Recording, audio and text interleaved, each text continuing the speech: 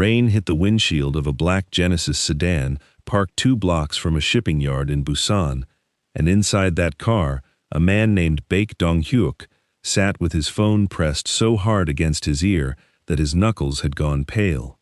On the other end, a voice he had grown to trust over the last 2 months gave him one final instruction. Tonight was the night everything changed.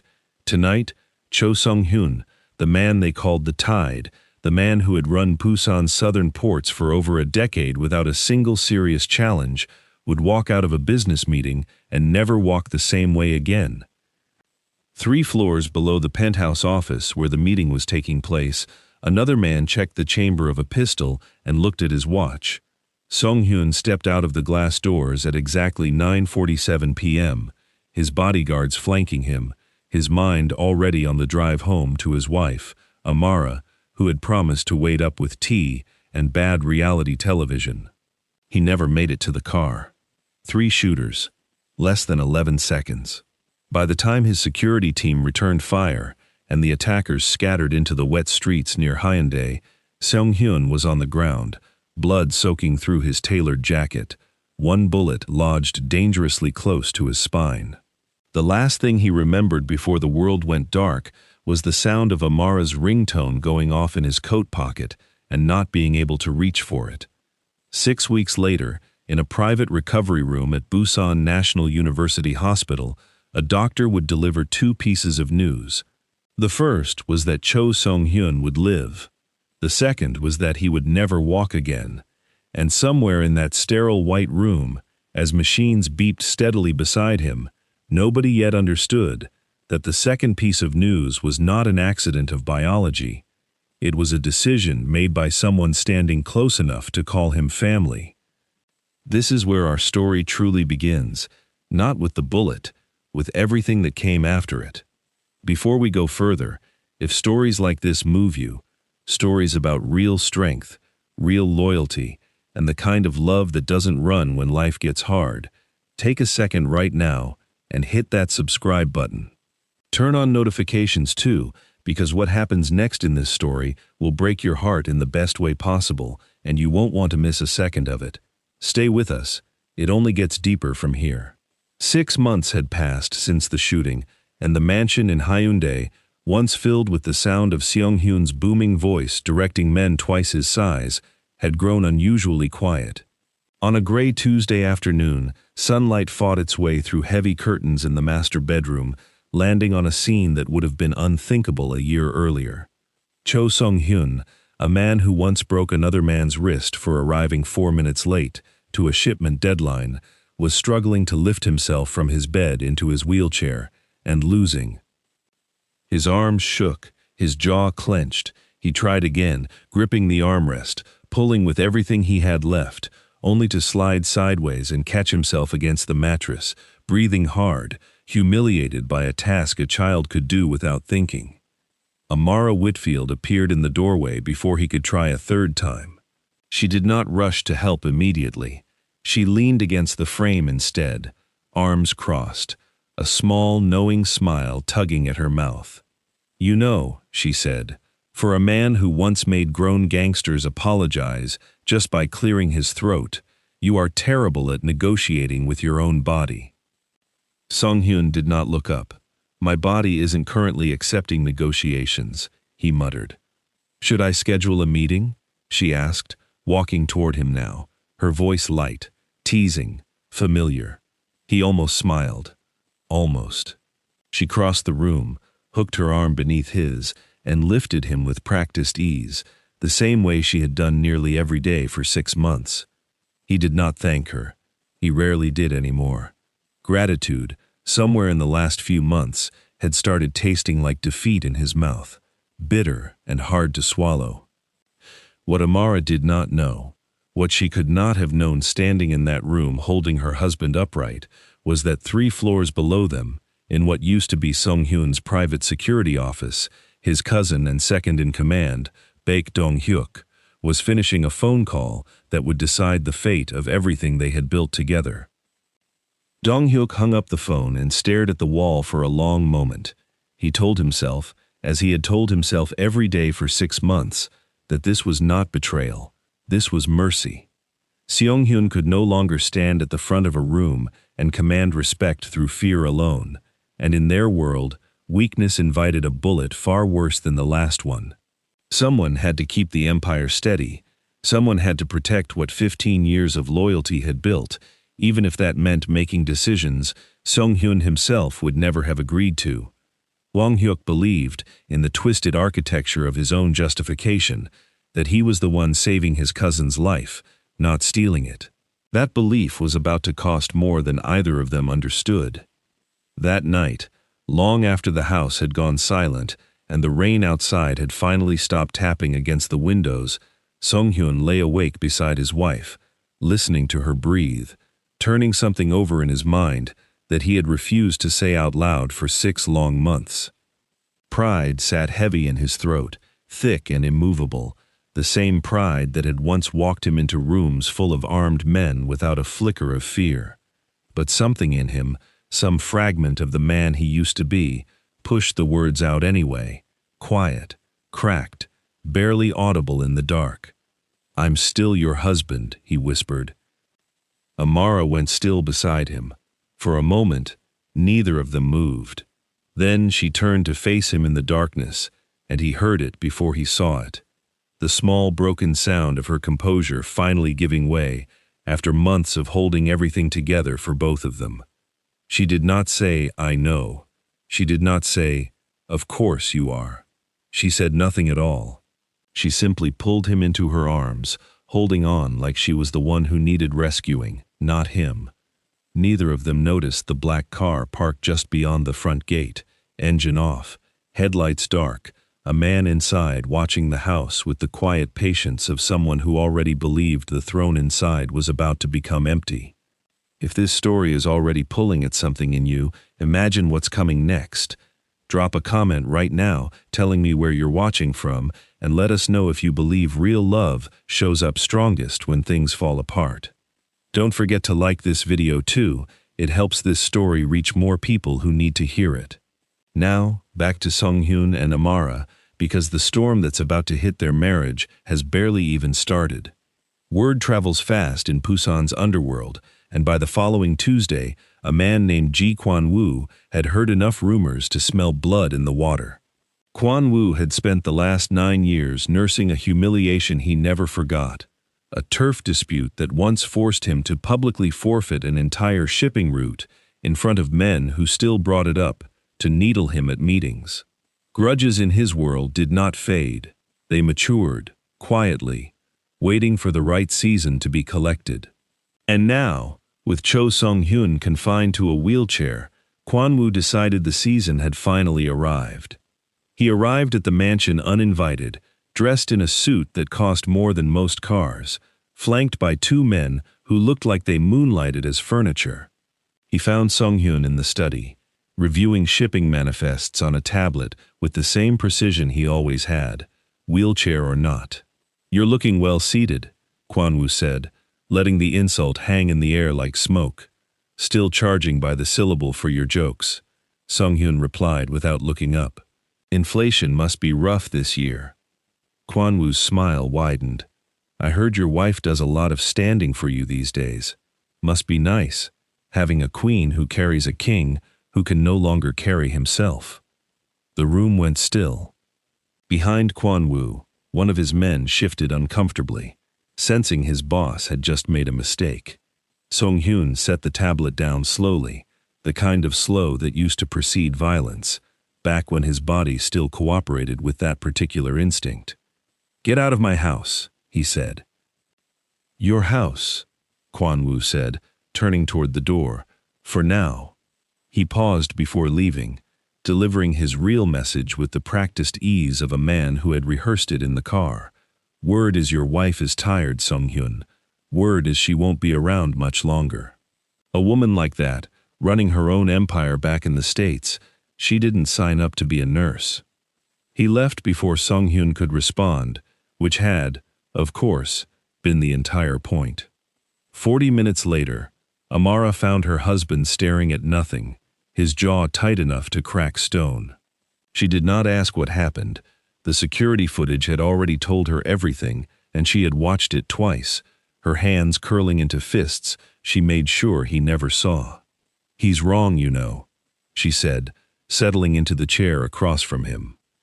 "Which part?" Seonghyun asked. "All of it," she said, "but mostly the part where he thinks insulting me will break you faster than losing your legs did." Despite everything, Seonghyun almost smiled. Almost. That night, alone in her office with the door locked and her laptop glowing against her face, Amara pulled up something she had requested 3 weeks earlier without telling her husband, his complete medical file from the night of the shooting. Every page, every doctor's note, every timestamp from the hospital where he had nearly died, and instead, simply stopped being able to walk. She told herself she only wanted peace of mind, a confirmation that nothing more could have been done, so she could finally stop lying awake at night wondering. Instead, at 11:47 that night, cross-referencing a medication log against a treatment timeline that did not quite line up, Amara Whitfield went very, very still. Someone had changed his dosage in the first 72 hours after surgery. Someone with hospital access. Someone with a reason to make absolutely certain Cho Seonghyun would never stand up and challenge anyone again. And sitting there in the blue glow of her laptop screen, Amara made a silent promise to herself. She was going to find out exactly who. If you've made it this far, you clearly love a story with real depth, real tension, and real heart. Hit that subscribe button now so you never miss what happens when Amara starts pulling on this thread, because what she finds next will change everything you think you know about who the real enemy is. Like this video, drop a comment telling me who you think betrayed Seonghyun, and let's keep this story going together. Chapter 6 is coming, and trust me, you are not ready for what Amara uncovers next. Morning came gray and quiet over Hyundai, and Amara sat at the kitchen island with a cup of coffee she never drank, her laptop open in front of her, a single document glowing on the screen. Access to Cho Seonghyun's hospital chart during the critical 72 hours after his surgery had not been available to just anyone. Busan National University Hospital kept tight records on its private wing, and only 6 people in the world had clearance to touch that file. 2 surgeons, a nurse coordinator, and 3 members of Seonghyun's own inner circle, men who had eaten at his table, sworn loyalty that was supposed to mean something, in a world where paper contracts meant nothing at all. Amara read the list twice. Then she read it a third time, hoping the third reading might change what the second one told her. It did not. Baek Dong-hyuk's name sat on that list, like a stone dropped into still water, and once she saw it, she could not unsee it. She thought of the photograph still hanging in the hallway upstairs, 2 boys no older than 14, arms slung around each other's shoulders, grinning outside a fish market in Jagalchi, taken years before either of them understood what kind of men they would become. Dong-hyuk had been there at Seonghyun's wedding, standing close enough to catch the bouquet toss as a joke. He had held Seonghyun's mother's hand at her funeral when Seonghyun himself could not stop shaking long enough to do it. He had a mug in their kitchen cabinet shaped like a tiger, a ridiculous gift Seonghyun had given him for his 40th birthday because Dong-hyuk had once admitted, half joking, that he was born in the year of the tiger and felt like he never lived up to it. Amara closed the laptop slowly. Some fires, she told herself, you do not run toward with a bucket of water. You walk toward them carefully, quietly, until you understand exactly how big the flame really is before you decide whether to put it out or let it finish burning the person who started it.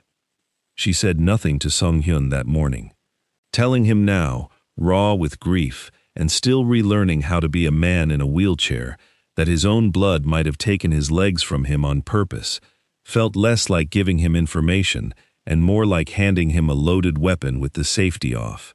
She needed proof, she needed time, and she needed, above everything else, to be absolutely certain, because if she was wrong, she would destroy the one relationship in his life he trusted more than he trusted himself.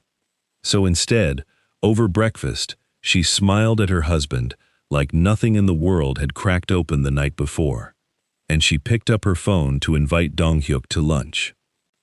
He arrived at a quiet restaurant in Nampo-dong, looking exactly like the man Amara had known for 4 years.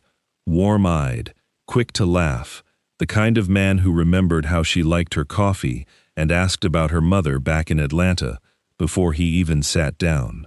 He kissed her cheek in greeting, a habit he had picked up somewhere in Europe years ago and never dropped, and Amara let him, smiling the entire time, while a single thought circled through her mind like a blade.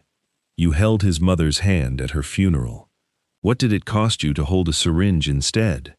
You look tired, Dong-hyuk said, settling into his chair, genuine concern written across every line of his face.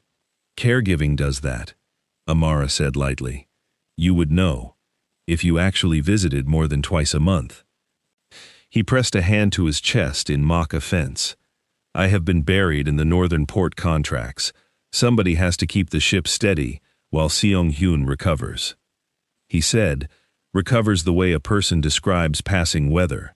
Temporary, unremarkable, nothing worth dwelling on. Is that what you would call it? Amara asked, stirring sugar into tea she had no intention of drinking. Recovers? Something flickered behind Dong-hyuk's eyes, fast enough that a year ago she might have missed it entirely. But 6 months of watching her husband's face for the smallest signs of pain had taught her to read a room the way she once read shipping manifests, and she caught it. What else would I call it? He asked. I don't know, Amara said. You tell me. You were there, weren't you? Those first 3 days at the hospital. The silence that followed lasted only 2 seconds. But 2 seconds, when you are watching closely enough, can tell you everything you need to know. I was there for all of it, Dong-hyuk said finally, his voice perfectly even, perfectly rehearsed. Amara smiled and changed the subject to the weather. Neither of them touched their food again, because somewhere in that exchange, both of them understood something the other had not said out loud. The war for Cho Seonghyun's empire had already begun, and it was not going to be fought with guns. The threat arrived 4 days later, taped to the front gate of the mansion, folded once, written in block letters someone had clearly tried too hard to disguise. Step down or step out, it read, and beneath the words, almost as an afterthought, someone had sketched a small, crude wheelchair. The gate guard made the mistake of showing it to Seonghyun directly, instead of routing it through Amara first, and for one brief, ugly moment, the house remembered exactly what its owner used to be capable of. Seonghyun's hand shook, not from fear, but from the sheer physical effort of not hurling his tablet across the room. Who else has seen this? He asked, his voice dropping into the particular quiet that used to make grown men reach for the nearest exit. Just me, sir, the guard said. And now you. Burn it, Seonghyun said. Amara found out anyway, because Amara found out everything eventually. When she walked into the study and saw the scorch mark on the terrace where the note used to be, she did not scold him for hiding it from her. She simply sat down across from him and said, "Tell me what it said." He told her. She listened without flinching, filing the details away next to a name she still had not told him. And for one strange, terrible moment, the two of them sat together in a room full of secrets they were each keeping to protect the other, both convinced their silence was an act of love rather than the crack it actually was. If you are still with us, that tells me something about you, that you understand real love is not loud, it is patient, and sometimes it is the hardest thing in the world to show. If this story has you invested, hit that like button right now, because what happens at the gala 3 nights later is going to have your jaw on the floor. Keep watching, because Amara is about to do something nobody in that ballroom will ever forget. The Grand Joseon Busan glittered that Friday night with the kind of wealth that liked to pretend it was legitimate, string quartet playing in one corner, champagne flowing in the other, half the city's real business elite mingling with the half that only pretended to be. Ji Kwan-woo arrived late, loud and directly in Seonghyun's eyeline, Raising a glass of champagne in a toast, the entire room understood was aimed like a blade. To Cho Seonghyun, Kwan-woo announced, his voice carrying easily over the music. The boss who needs a push, literally, to get anywhere these days. May his wife's strength hold out a little longer, for his sake. The room's laughter came out thin and nervous, the laughter of people unsure whether they were allowed to enjoy the joke. Seonghyun, seated at the head table in his wheelchair, felt every eye in the ballroom swing toward him, waiting to see whether the throne really was as empty as Kwan-woo insisted. He did not reach for anything. He did not need to. Amara stood before he could, smoothing her dress with the unbothered elegance of a woman who had faced down far worse than a drunk man holding a microphone. "Mr. Kwan-woo," she said, her voice pleasant enough to cut glass. "Where I come from, we have a saying for men like you. The ones who mock a lion's injury from a safe distance, because deep down they know they would never survive being close enough to smell his breath." She lifted her own glass toward her husband. "Here is to Cho Seonghyun, who has survived assassins, betrayal, and now, apparently, open-bar comedy hour. Some men build empires, other men just run their mouths." The room's laughter turned sharp and sudden, aimed squarely at Kwan-woo instead, and in the 2 seconds, it took his face to go from smug to scarlet. Amara caught something over his shoulder that made her blood run cold. Baek Dong-hyuk, standing near the exit, watching Kwan-woo's humiliation not with embarrassment on his cousin's behalf, but with something that looked unmistakably like relief. Relief was not the expression of a loyal man watching his family's enemy get humiliated. Relief was the expression of a man hoping someone else's public mockery might finally push Seonghyun toward the kind of collapse that made empires easy to inherit. She did not confront him that night. Instead, she went home, kicked off her heels in the foyer with more force than they deserved, and sat down at her laptop with the focus of a woman who had officially run out of patience for being careful. By 2 in the morning, she had traced a payment routed through 3 shell accounts and a fake consulting invoice landing directly in the pocket of a nurse coordinator who had quietly left Busan National University Hospital 3 weeks after Seonghyun's surgery, with a severance package far too generous for her position. The paperwork on the shell company listed a silent partner, Dong-hyuk's cousin on his mother's side. It was not circumstantial anymore. It was not a hunch dressed up as suspicion. Someone had paid to keep her husband in that chair, and that someone had a face she had kissed, hello 100 times. Amara got as far as her husband's bedroom door before she stopped, hand resting on the frame. Not yet. If she told him now, in the middle of the night, raw with fresh proof, he would meet the news the way the old Seonghyun always met betrayal, immediately, violently, with a body that could no longer cash the check his instincts kept trying to write. She needed a plan that did not require him to stand up and fight. She needed, God help her, to think like the boss instead of the wife, and pray the difference did not cost either of them anything they could not survive losing. 2 days later, Dong-hyuk came to the house himself, tiger mug and all, sitting at the kitchen island where he had sat 100 times before, drinking coffee, Amara made, with hands that did not shake, even though everything in her wanted them to. "You've been distant," he told Seonghyun, warmly, convincingly. A performance so seamless, Amara found herself almost admiring it, the way a person admires a forged signature.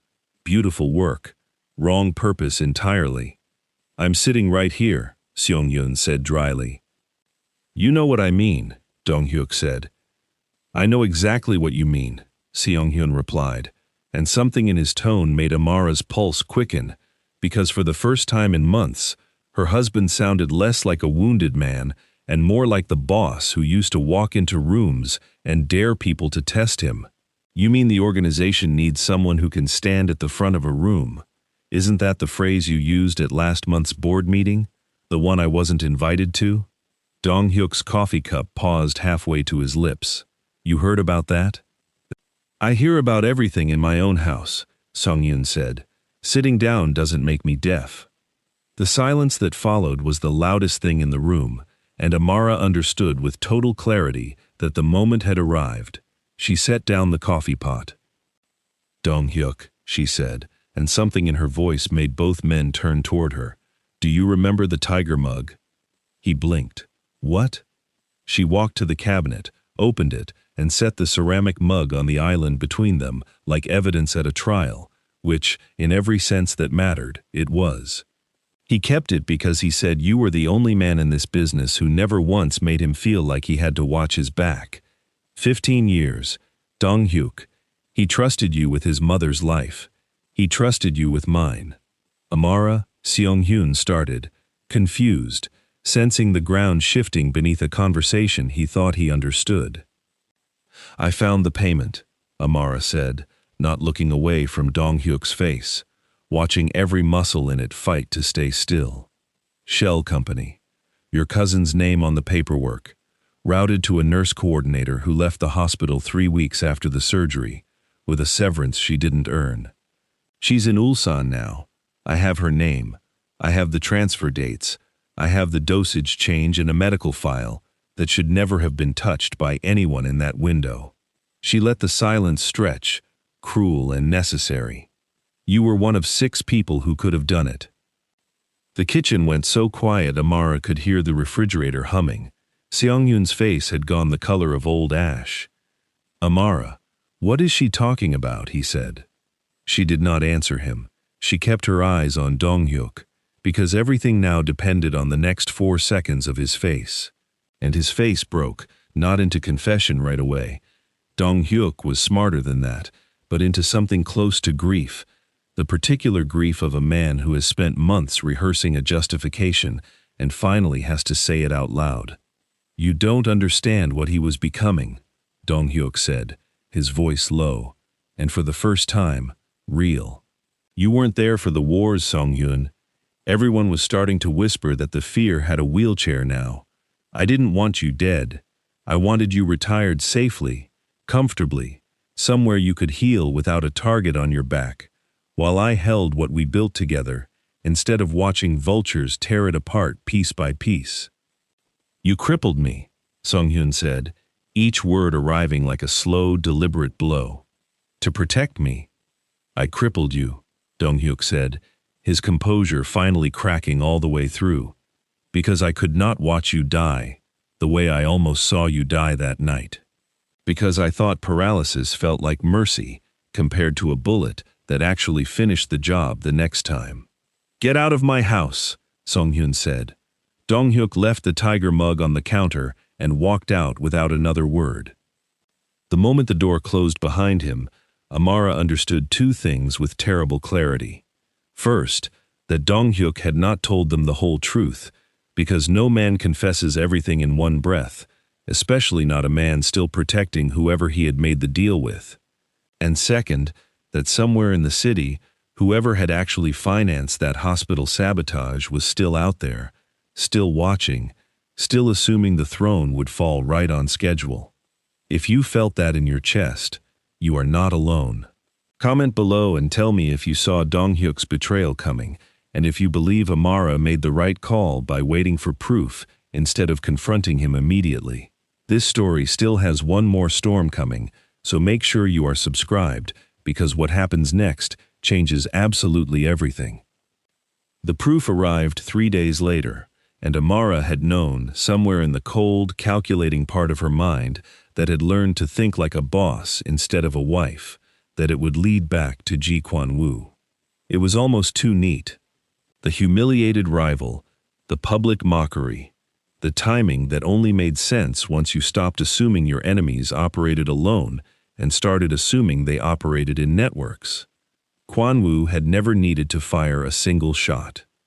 He had simply found the one man close enough to Seonghyun's heart to be recruited, and let guilt and love do the rest. Dong-hyuk showed up at the gate, uninvited, not with an apology, but with a flash drive and the hollow-eyed look of a man who had finally understood exactly what he had been used for. Kwan-woo financed it, he told them, standing in the doorway he no longer had the right to walk through. Not to kill him, to own him. A crippled boss who owes his second everything is a boss you can quietly control once he inherits out of guilt. I was never going to be his equal, Seonghyun. I was going to be his puppet, and I was too stupid or too heartbroken to see it until he stopped returning my calls 2 weeks ago. He set the flash drive on the table and left without waiting for forgiveness, because he no longer believed he deserved to ask for it. The reckoning happened not with guns, but in a private boardroom on the top floor of a shipping company in Nampodong, in front of Busan's underworld elite, where Amara Whitfield stood beside her husband's wheelchair and laid out, with the same precision she had once used to save failing freight contracts back in Atlanta, the entire architecture of Kwon-woo's Betrayal, the shell company. The payments, Dong-hyuk's recorded testimony, the nurse coordinator's signed statement from Ulsan. She did not raise her voice once. She did not need to. By the time she finished, the men in that room who had spent months whispering that Seonghyun was finished were staring at Kwon-woo the way you stare at a man who has just been publicly, permanently ruined, not by a bullet, but by receipts. "You wanted to know if the throne was empty," Amara said, closing her laptop with a quiet click that landed like a gavel. "It isn't. It was just waiting for you to prove exactly how small you really are." Within a month, Kwon-woo's own allies had abandoned him. His soldiers defected to men still loyal to Seonghyun, and the underworld that once whispered Cho Seonghyun's grip was slipping learned, all over again, that his power had never truly lived in his legs at all. That night, the rain over Busan finally stopped, and the city's skyline glittered clear through the window for the first time in what felt like a season. Seonghyun sat by the glass, and Amara knelt beside his chair, the way she had 100 times before, except this time, neither of them felt the weight of what he could no longer do. They felt instead the weight of everything they had survived to still be sitting there together. "I'm still your husband," he said again, softer this time, no longer a plea. "I know," she said, and this time she said it out loud, the words she had not given him the first time, because now he did not need to hear them to believe they were true. "You were always still my husband. You just needed someone to remind you what the word actually means, not legs, not fear, not an empire built on other men's nightmares, just this, a woman who never once measured you by your ability to stand, and a man who finally understood that the strongest thing he ever did was not surviving a bullet. It was letting her carry him until he could carry himself. If this story taught you anything today, let it be this. Real love is not tested when everything is easy. It is tested in the moments we feel like we have nothing left to offer, and it stays anyway." If Cho Seonghyun and Amara's story touched you, take a moment right now to like this video, subscribe, and turn on that notification bell so you never miss the next story that reminds you what real loyalty looks like. Drop a comment below and tell me which moment hit you the hardest, and share this with someone who needs to hear tonight that they are still enough, exactly as they are. Thank you for watching until the very end. We will see you in the next story.